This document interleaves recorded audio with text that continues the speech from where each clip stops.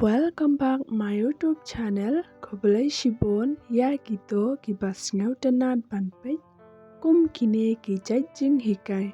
Kane ka jing hikai ngawan ra shipi. Arpeu teli kidak kishin. Kibapan I ba kibriu. Kim sngaw tanad shu yapi. Adap hiyo sngaw jing mentoy na kane ka video. And I'm glad and share, like and subscribe.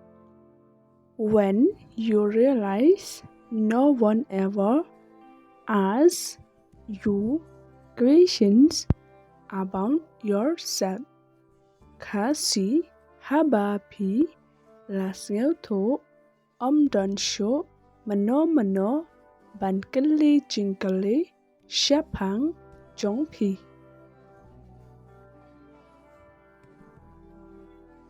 They stop asking question. Kasi kim cho kali jing kali shu yapi.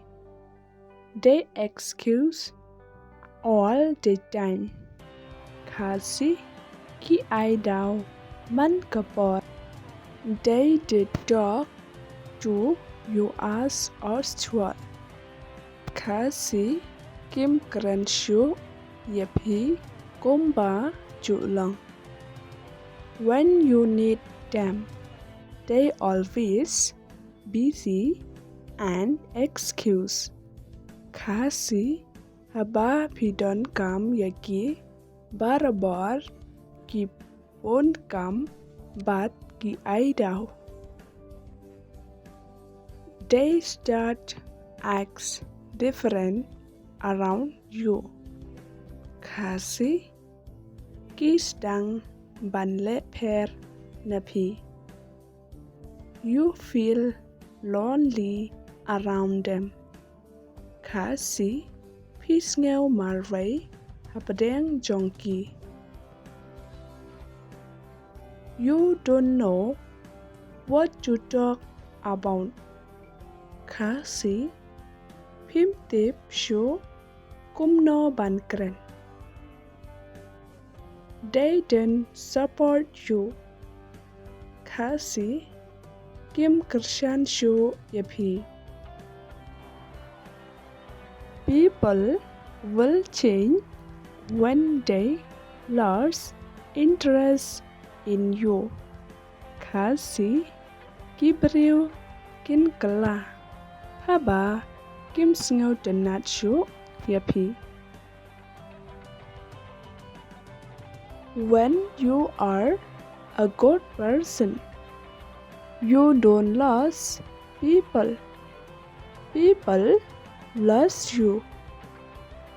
Kasi haba pilong kibriu kibabha. Pi klem do ya kibriu. Kibriu kido yapi. They start to avoid you. Kasi kis dang banle ker napi. People don't change, they either lose interest in you or they get someone who is more interesting than you. Kasi kibriu kim chu kala kim sngaw tanan yapi. Lane kiyo ya uno ne kano kiba kam sngaw tanan ban yap. Try to hide what you really feel. Kasi persyang ban bore ya ka ba pi sngaw. Never blame a day in your life. Kasi what you kno ya kisngi ha ka jing im jong pi. Good days give you happiness. Bad days give you experience. Kasi kisngi ki babha ki ai yapi cả chính của mình. Kỳ nghĩ kỳ bà sniu, kỳ ai ya phi, cả chính tiếp, but cả chính champagne. Both are essential in life. All are God blessing. Khasi baro ar nghi đần cắm ha cả chính im. Baro cả đấy cả chính cực khu trong ublay. Always believe that today is better than yesterday. Khasi barabor tongai ba manta ka khambha ban yakaba manin.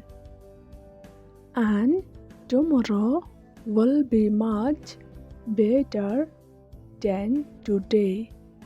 Khasi bat kabalashai kan khambha shu shu ban yakaba manta kasngi. Don't lose hope. You never know what tomorrow will bring. Khasi watu cengkermen pin tip ka ai kabalashai kan wanra. Believe in yourself. Khasi ngek halade. Thank you for watching.